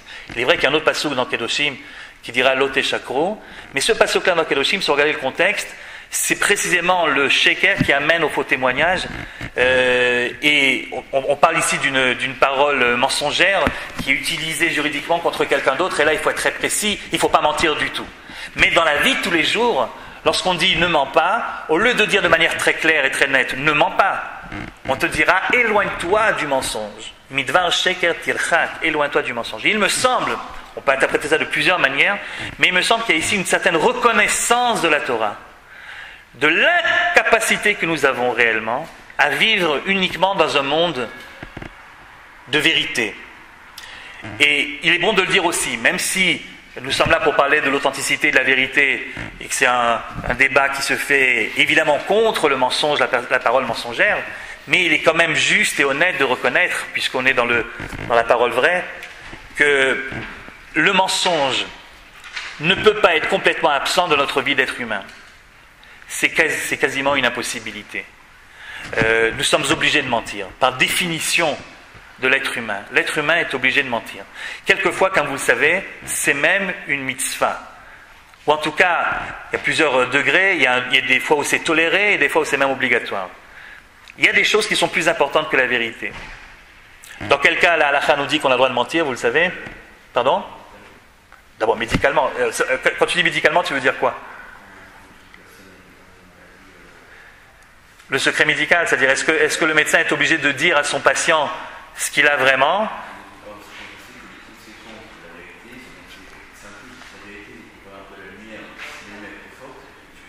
Voilà. Quand la lumière est trop forte, quand la lumière de la vérité est trop forte, elle peut provoquer des dégâts qui sont après pires que si tu étais resté dans le mensonge. Alors évidemment, c'est très délicat ce que je suis en train de dire là. Il faut savoir le manipuler, c'est des choses qu'on ne dit pas d'habitude, parce qu'il vaut mieux éduquer finalement les gens bien sûr à mentir le moins possible. Mais enfin, il faut quand même être conscient, puis ici on est un petit comité, personne ne nous filme, ça reste entre nous. Il faut quand même être conscient qu'il y a des paroles mensongères qui sont non seulement tolérées, mais voire obligatoire. Et la halakha nous en dresse une liste. Par exemple, tout le monde sait que mentir pour faire le shalom entre les gens, non seulement c'est pas interdit, c'est même recommandé.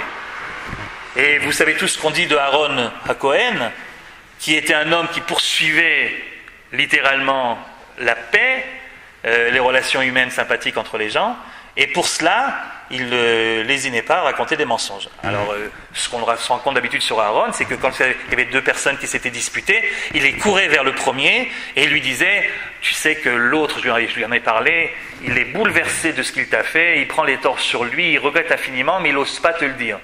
Un énorme mensonge. Il lui a jamais rien dit de tel.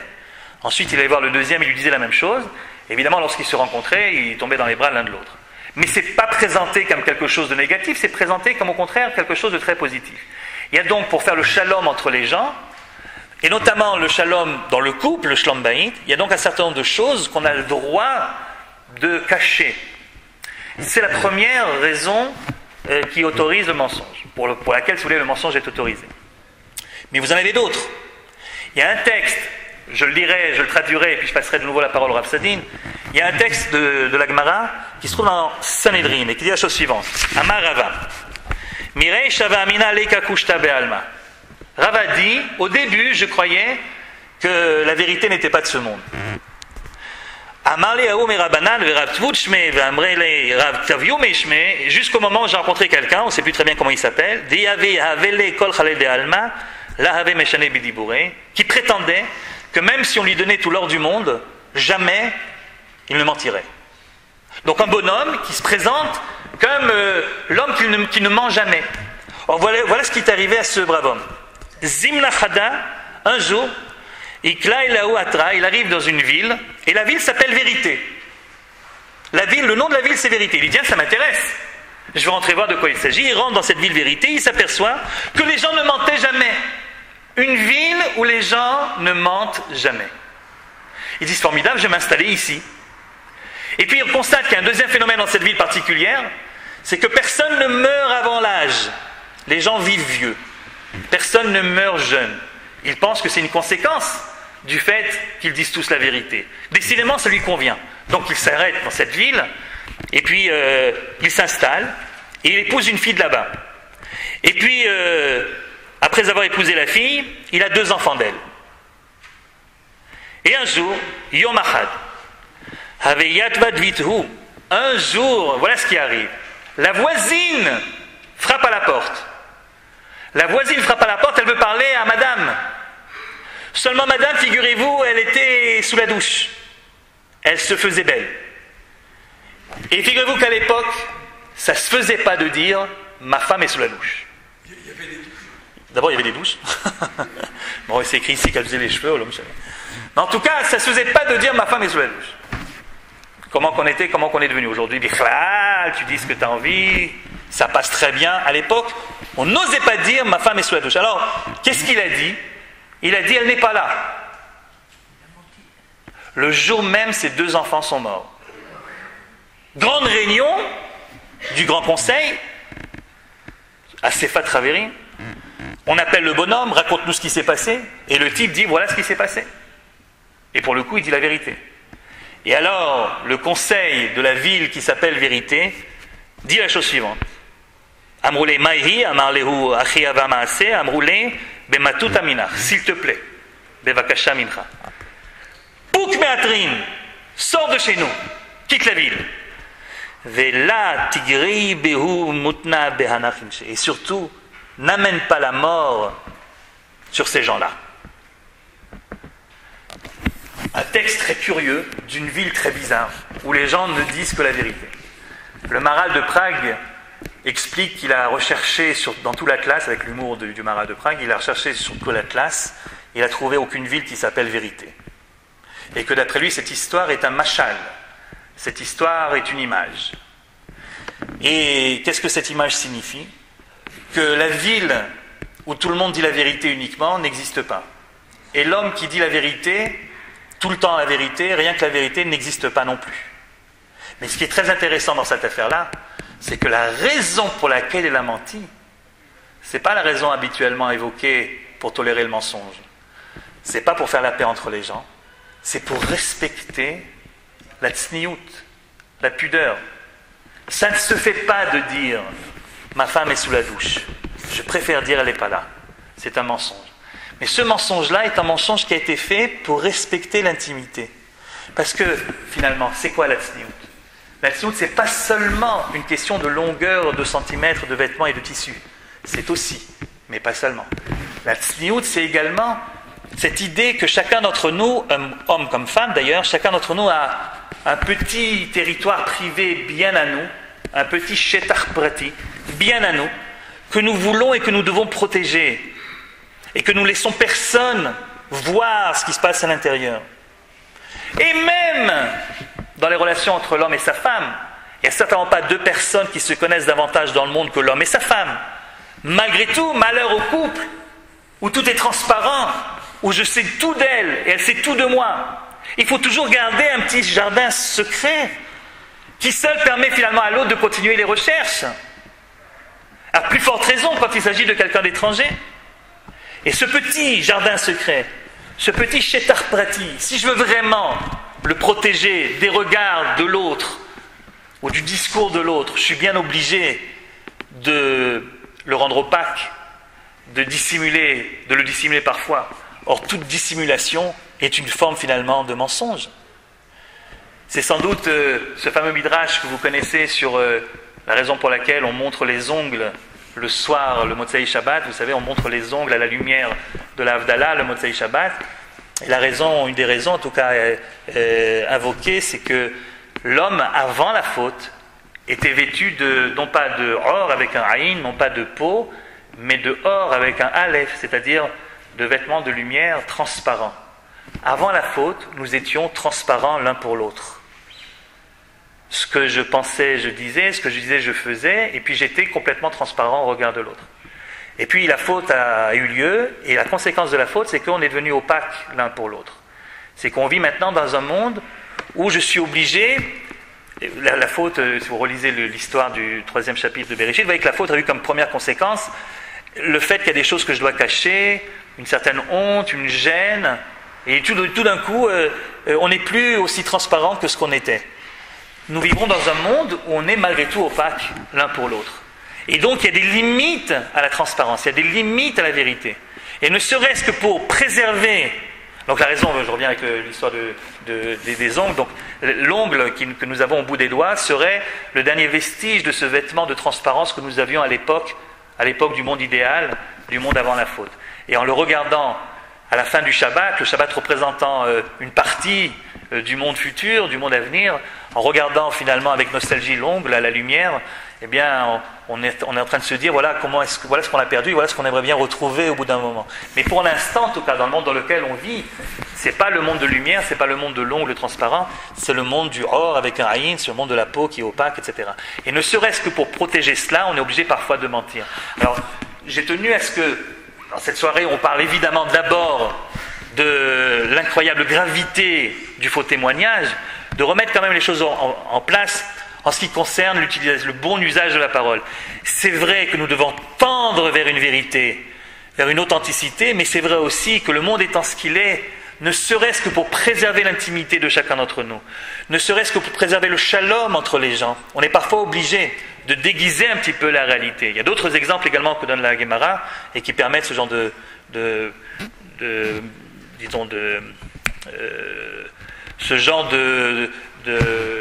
je cherche le mot,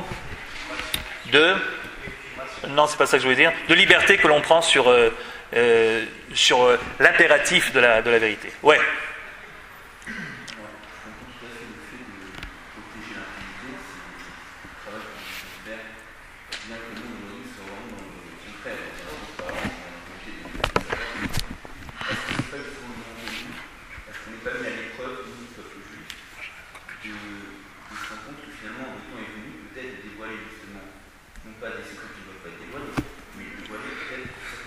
Secret qui jusqu'à présent l'était. Il y a des demandes inconscientes ou conscientes qui apparemment ouvertes, pas une attente messianique de certains croyants, quelle que soit la religion, mais également du monde entier qui cherche une transparence, même si elle est un peu immature dans l'approche qu'elle prend, dans la forme qu'elle prend.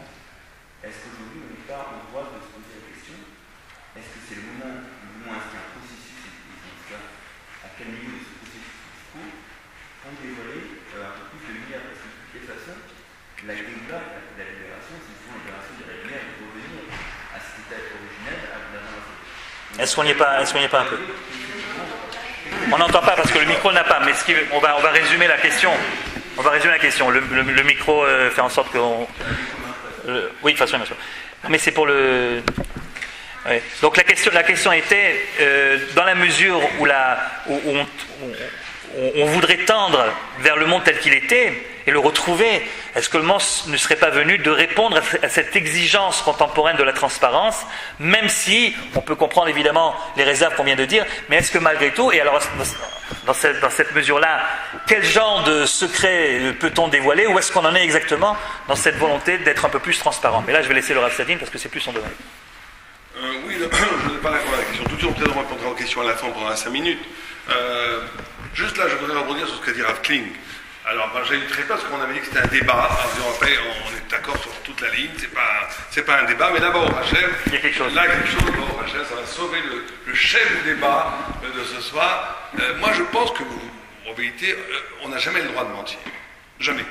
Et toutes les exceptions que la Gemara nous donne, il y en a d'autres, par exemple, Kala, la Chayka peut-être vous savez que vous êtes dans un mariage, il faut faire l'éloge de la Kala, et qu'elle est absolument affreuse, hideuse à vos yeux.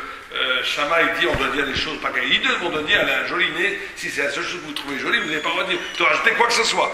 Bien, il est dit non, Ketzad Merakedim Negeda Kala, Kala Na'el Chasuda. C'est-à-dire qu'on doit dire qu'elle est belle. Pourquoi? Ah, elle est moche, elle est affreusement hideuse pour moi. Parce que je peux avoir ce qu'on appelle une intersubjectivité, je peux intégrer le fait que ce Khatan l'a épousée parce qu'il la trouve belle, et donc je peux intégrer son point de vue en disant elle est belle.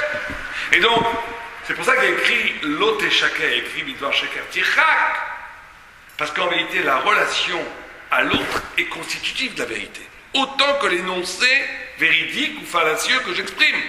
Par exemple, l'exemple que vous avez donné d'un médecin qui doit annoncer, Dieu préserve, nous une maladie mortelle à un patient, s'il sait qu'en le disant, en annonçant cette maladie, il va le tuer, en disant la vérité, en réalité, il profère un mensonge, parce qu'il profane et il détruit la relation d'homme à homme qu'il a avec son patient.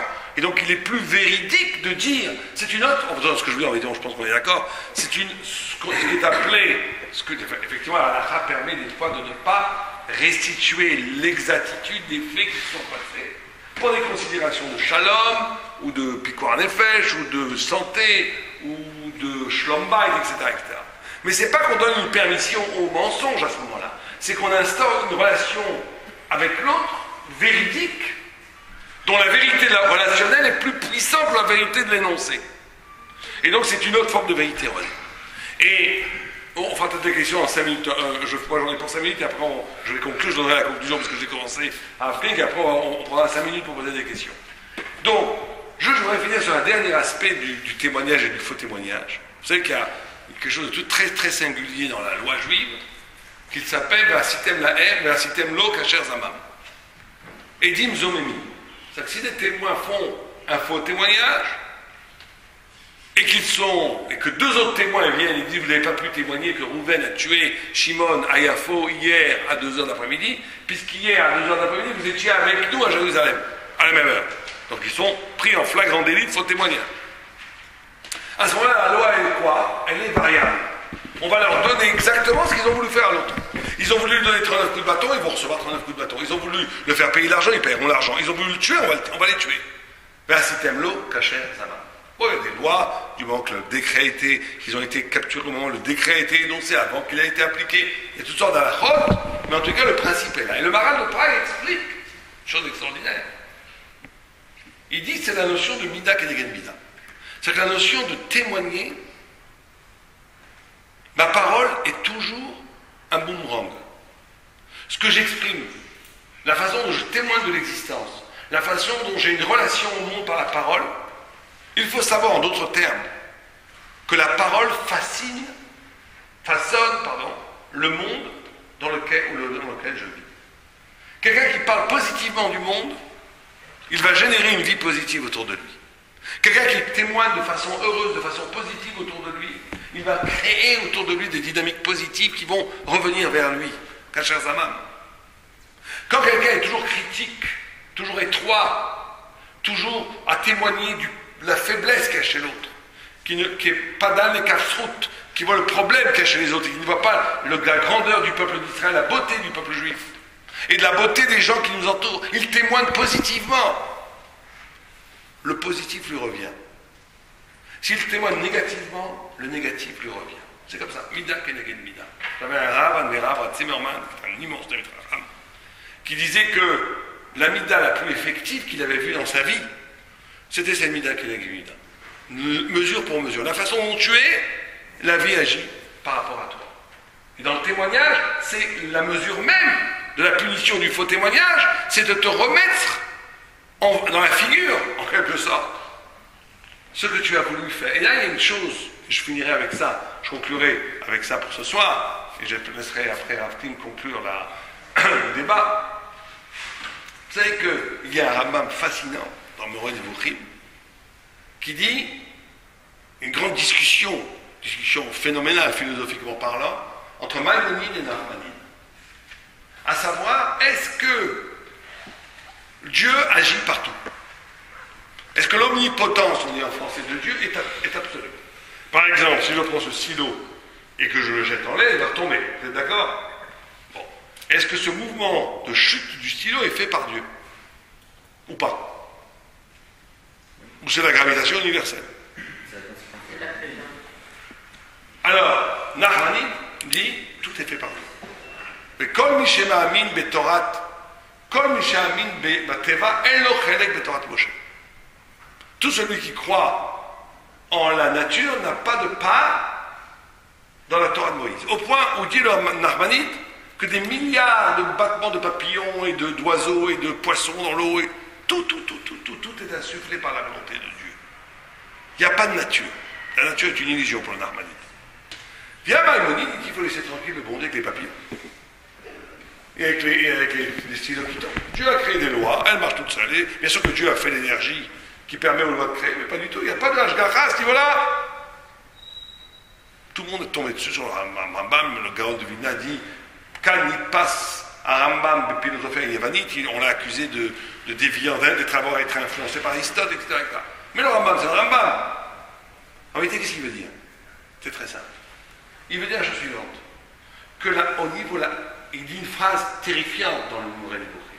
Il dit que la Hashgacha, la providence, est proportionnelle à l'intelligence, proportionnelle à la chorma. Ça veut dire quoi? C'est-à-dire que si quelqu'un vit dans la nature, justement il ne témoigne de rien, il est biologique. On le frappe, il frappe. On déteste, on lui fait. Faites expérience, faites la tête à votre femme. Elle va vous faire la tête. Enfin, pas tout. Pas nos femmes qui sont des sadéquettes. Mais on va dire, la biologie, l'animalité, c'est quoi? Quand vous faites la tête à quelqu'un, il vous fait la tête. Quand vous lui souriez. Souriez à quelqu'un. Il va vous sourire. Mais ça, c'est l'animalité. C'est la biologie, c'est la réaction. C'est être réactif. Il y avait un très grand art qui s'appelait Rabiner, qui disait l'essence du moussard, l'essence de l'éthique, c'est quoi? C'est être capable de ne pas réagir. Être capable de ne pas réagir, c'est ça l'essence du moussard. Un tzaddik, c'est ça. On t'engueule, t'as envie de répondre. Non, tu ne laisses pas aller au biologique, tu ne réponds pas. Quand le Mahavir Milota dit dans la Gemara Choulin, celui qui a envie de s'énerver, qui ne s'énerve pas, qui a envie de crier sur quelqu'un qui ne crie pas, on lui pardonne tous ses péchés. Il a dépassé la nature. En d'autres termes, si un homme est dans la nature, Mida Keneged Mida, il est soumis au déterminisme de la nature pour le Rambam. Pour Maïmonide, il n'y a pas d'intervention divine, il n'y a pas. Ou plutôt elle est collective, ça s'appelle Hashgacha Klalit.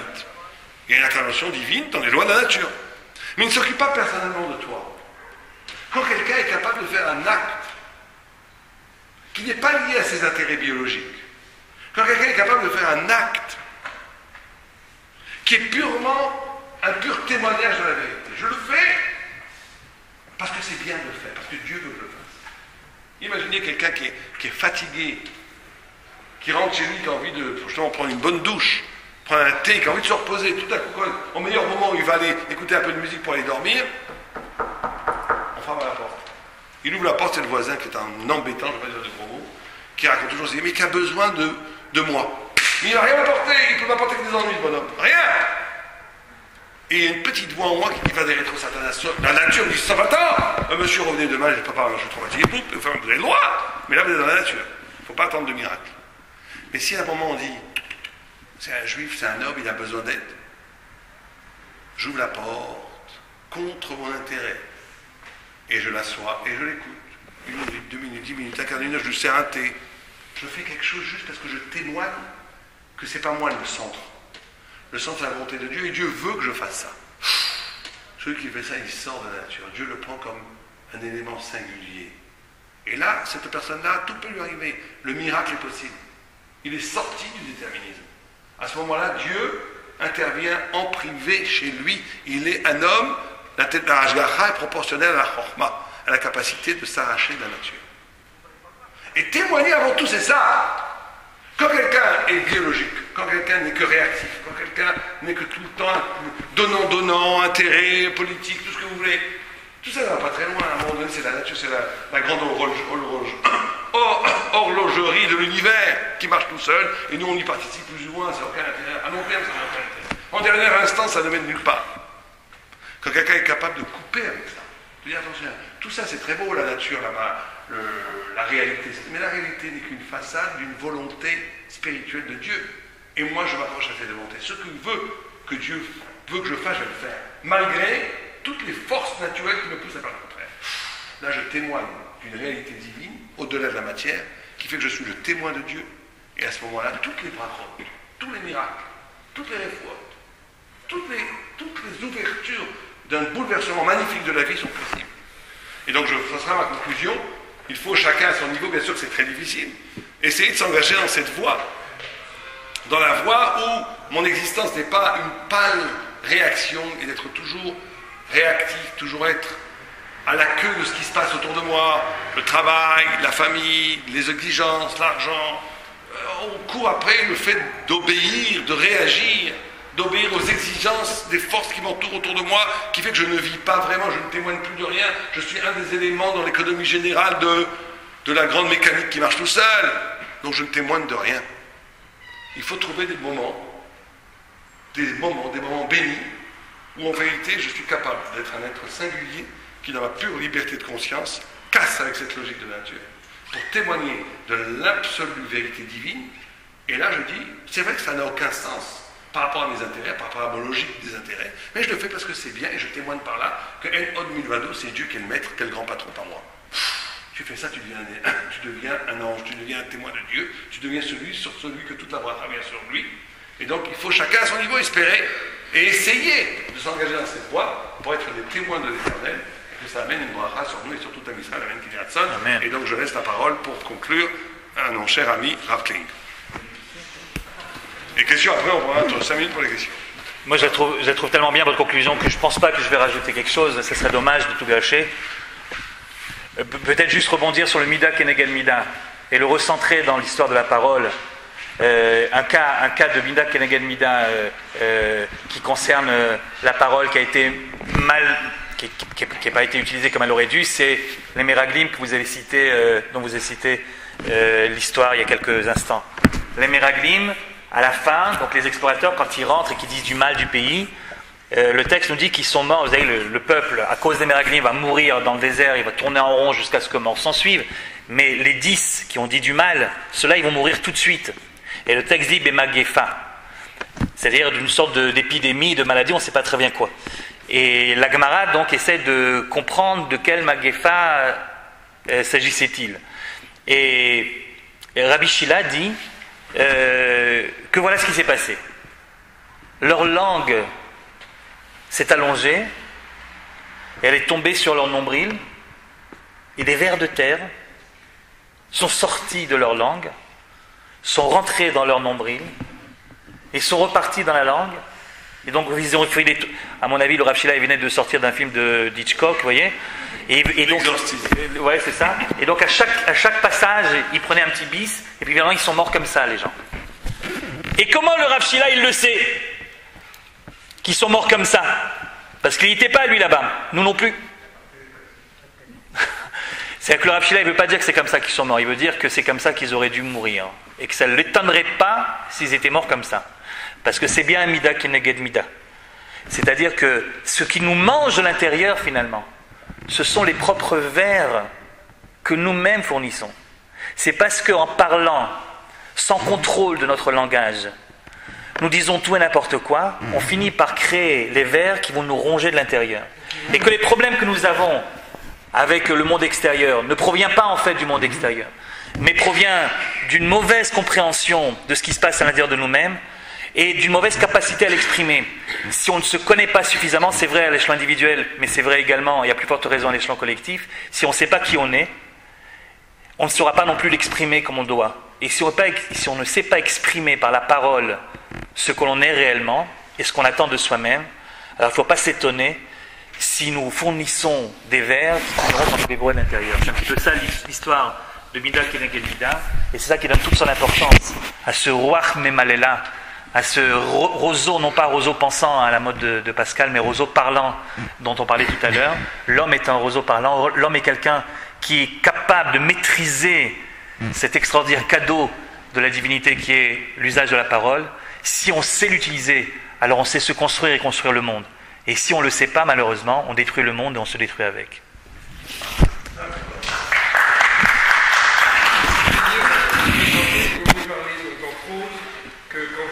C'est ça, voilà, c'est juste. Ouais. Vous avez sur le bout de la langue. Joli mot de la fin. C'est pas nombriliste, comme ouais. Vous avez dit au début, vous avez introduit par cela, que le judaïsme n'était pas connu. Est-ce que nous ne sommes pas responsables de ce fait-là, justement? Non, mais moi je ne l'ai pas dit. Nous sommes. Pas prosélyte. Nous sommes au départ de. Et si nous ne sommes pas connus, est-ce que ça n'est pas de notre faute parce que nous n'avons pas fait le nécessaire? Tout à fait. Mais je me suis mal fait comprendre. Je n'ai pas dit que les gnailles, mais les jvar.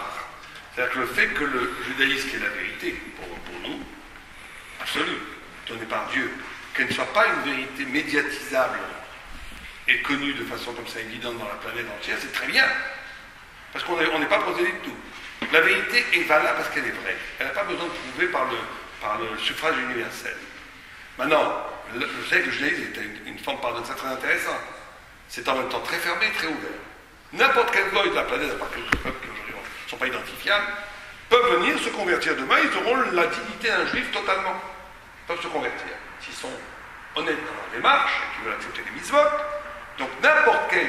Vous savez que c'est très intéressant parce qu'en même temps, le judaïsme met beaucoup l'accent sur la notion de substantialité. C'est-à-dire on vient de Abraham, de Isaac, de Jacob, on est un peuple, et ça fait partie de l'identité même d'Israël, comme le Rabbi Yehuda Halevi dit qu'il y a 5 formes du minéral, du végétal, de l'animal, de l'homme et le juif, le Navi.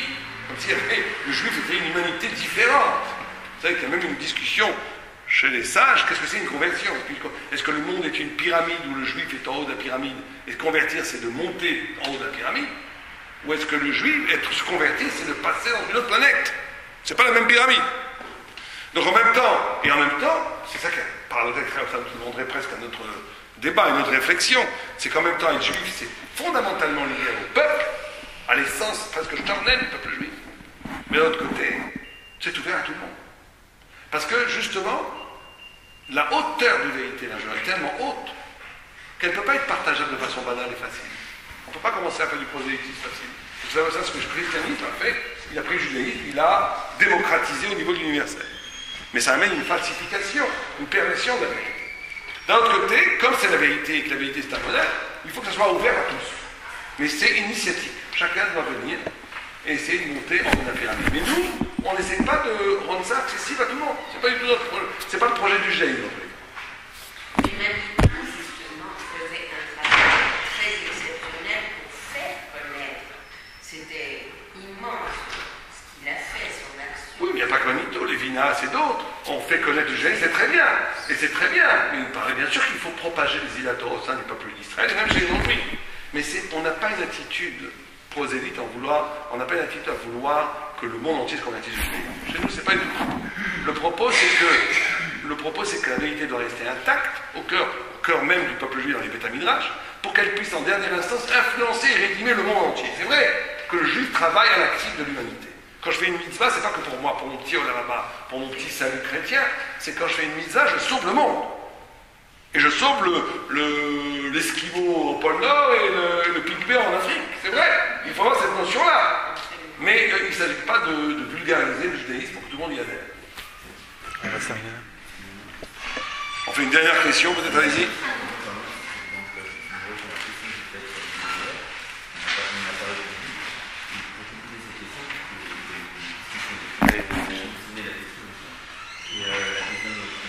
Je vous entends très mal. Reformulez votre question très rapidement. Vous m'entendez là ou pas? Peut-être que vous venez ici. Là. Vous voulez prendre le micro ici? D'accord. C'est pas ça qu'on a entendu au début, parce que la question que je pose, c'est aujourd'hui, ça revient à la question que je posais tout à l'heure. Quand on dit, bien sûr que la parole peut détruire, ça, tout ce qu'on a dit, c'était très intéressant. Vous avez dit un petit garçon qui permet de juger la conversation, parce que c'est mon avis personnel, c'est rien que moi, c'est ma question.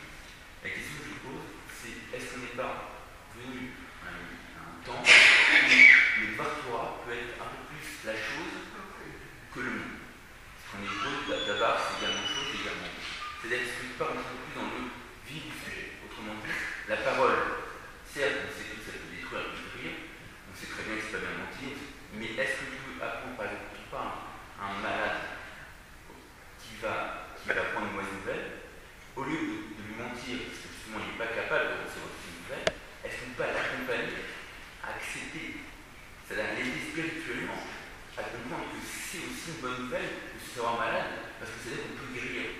Or, quand on ne sait pas qu'on est malade, on ne peut pas guérir. Et deuxième précision, quels sont les moyens aujourd'hui? Est-ce qu'il y a un enseignement de dévoilement à faire au niveau de la parole, parce qu'il y a la parole qui peut guérir?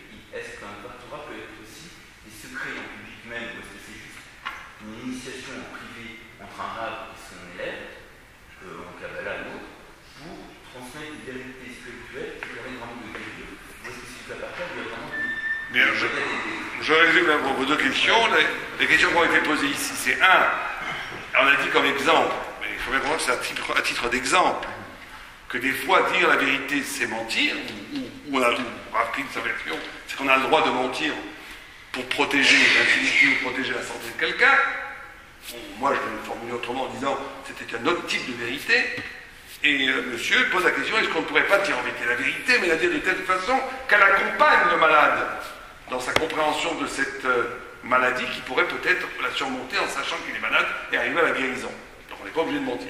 En vérité, vous avez raison, c'était juste un titre d'exemple. Si on peut effectivement envisager de dire la vérité, que cette vérité ne soit pas destructive et au contraire constructive, bien sûr, bien entendu. Donc c'était un titre d'exemple. Maintenant, que la parole soit guérisse, c'est une vieille tradition judaïque, mais effectivement, vous avez tout à fait raison de le dire, il y a la notion initiatique. Donc on l'a vu tout à l'heure, ça veut dire que toute parole n'est pas magique. Il faut faire très attention de ne pas tomber dans le charlatanisme. Il y a des gens qui se présentent comme des babas ou des gourous, sous présentent la Torah, ils nous promettent toutes sortes de guérisons. C'est une profanation du nom divin, c'est un Chiyuv Hashem. Il faut toujours être un petit peu en deçà de ses pouvoirs. Si on est au-dessus de ses pouvoirs, on est déjà mal barré. Ça veut dire qu'un grand rave, il croit qu'il a moins de pouvoir qu'il en a. S'il commence à vous dire qu'il a des pouvoirs, qu'il peut vous guérir avec la parole, fuyez en courant. Donc, il faut faire très attention à ça. C'est vrai que toute parole de Torah est bienfaisante au niveau de l'âme, du corps, de tout, c'est écrit dans les textes. Mais il y a parole de Torah et parole de Torah, effectivement. Et de la même façon qu'il y a des niveaux dans les idées de la Torah et des niveaux d'intensité de vérité dans l'étude de la Torah, il y a bien entendu des niveaux différents d'intensité. Moi, j'ai entendu des phrases tout à fait banales, dites par des grands rabbins. Pour moi, c'était des chidouches extraordinaires. Parce que c'était des nouveautés extraordinaires. Parce qu'il les disait. Vous prenez un Rav Shach ou Rav Kanievski qui dit tu aimeras ton prochain comme toi-même. Il va le dire avec une intensité dans la voix, une force de conviction, une vérité spirituelle qui va ouvrir des perceptions que je n'avais pas compris avant. Mais il dit la même phrase que quelqu'un qui va dire banalement aime ton prochain comme toi-même. Et donc effectivement une parole de Torah il y a toute une variation qui va de la possibilité de faire revivre les morts avec une parole de Torah ou une parole qui est inscrite dans la banalité de la parole, et qui ne fera aucun affect dans la réalité. Et entre les deux, il y a effectivement la capacité d'une parole d'apaisement, de shalom et même de guérison. Alléluia, nous, qu'on arrive à la révélation d'une parole qui fait sur ces bonnes paroles, une parole qui a un affect, qui peut faire du bien aux gens autour de nous. Amen. Et on remercie Shimshon pour son invitation. Je connais